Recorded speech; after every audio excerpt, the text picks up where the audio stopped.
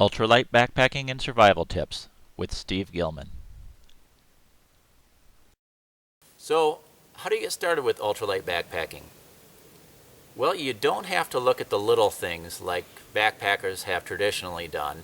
You can get to those things later, but you don't need to worry about cutting the handles off of your toothbrushes to save 1/4 of an ounce and bringing only a pencil stub instead of a pen and those kind of things. What you need to look at primarily is the big three, which are the big three systems. That's the backpack, your sleeping gear, and your shelter. Now I'm going to show you what I use, and I'm going a little bit heavier than I used to these days, but you'll see that it's still dramatically lighter than people go traditionally.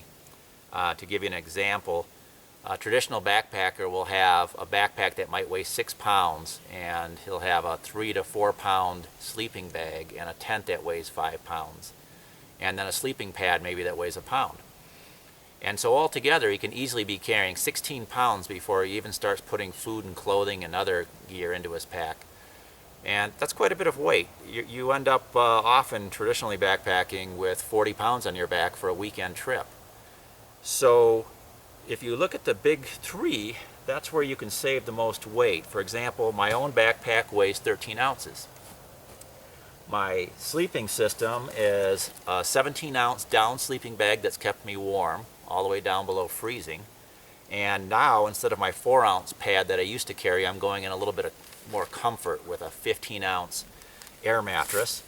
And for my shelter system, I used to go with just a ultralight backpacking tarp and slept on a piece of plastic under that. And believe it or not, that kept me warm and dry even on snowy nights and in rain. But now I'm getting tired of bugs a little bit, so I am using a screen tent under it. This screen tent from Light weighs 17 ounces, I believe. So my big three weigh a total of approximately 4 pounds and 13 ounces, as opposed to the 16 pounds that some people are using for their basic three.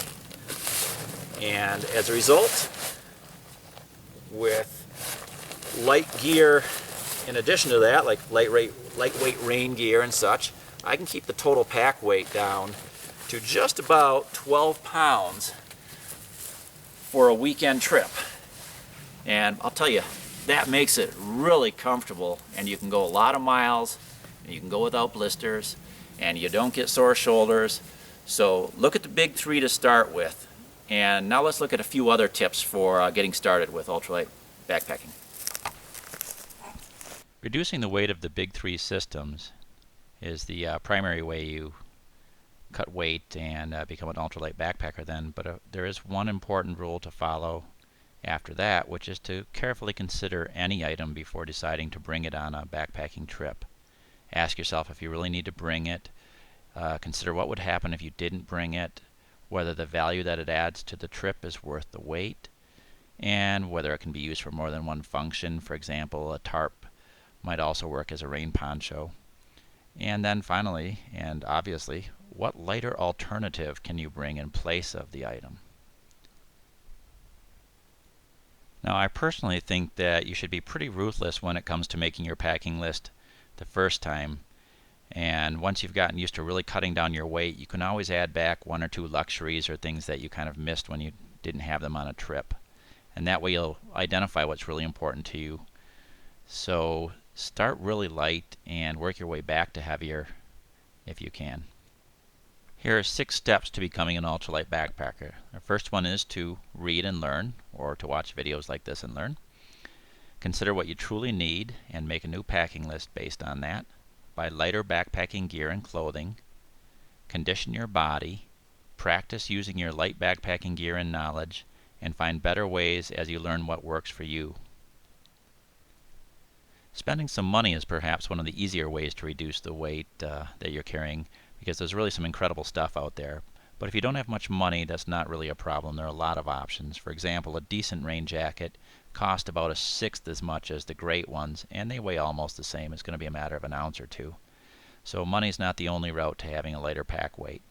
Knowledge is another route that's probably more important. If you can learn to stay dry with a tarp instead of a tent, for example, you can safely carry just a tarp.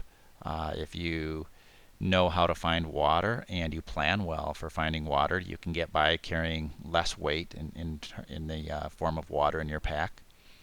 And if you know how to identify a few basic edible wild plants like some of the wild berries, you can get by without carrying any dried fruit even or any of those items in your backpack and go with a little bit less weight for food. And the list goes on. Knowledge really can be used to reduce weight, even more so than money. So those are the basics of how you get started. And in a future episode, we're going to look at the specifics of the big three and other equipment.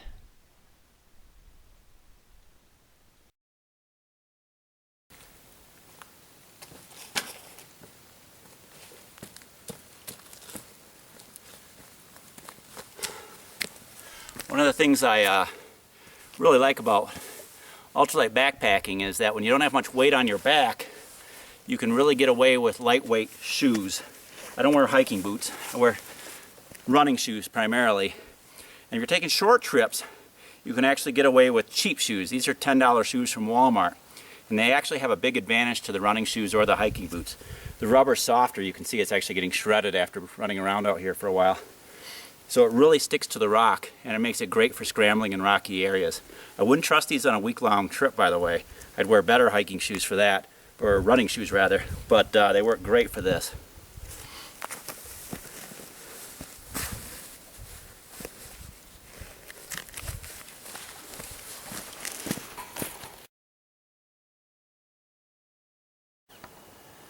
Hi, I'm Gare Brills. I'm here to tell you a little bit about living off the land and surviving in the wild, and I gotta start with this. Candy bars, they're for wussies. I just broke this leg off a deer. I broke his leg off because that's the best part actually. You don't want to eat the rest of the deer. Just throw that aside. The leg is where the tastiest meat is. That's what you need. Thank you for watching Ultralight Backpacking and Survival Tips with Steve Gilman. For more information, you can see the ultralitesite.com, the ultralightbackpackingsite.com, or buy the book Ultralight Backpacking Secrets, now available on Kindle and Nook.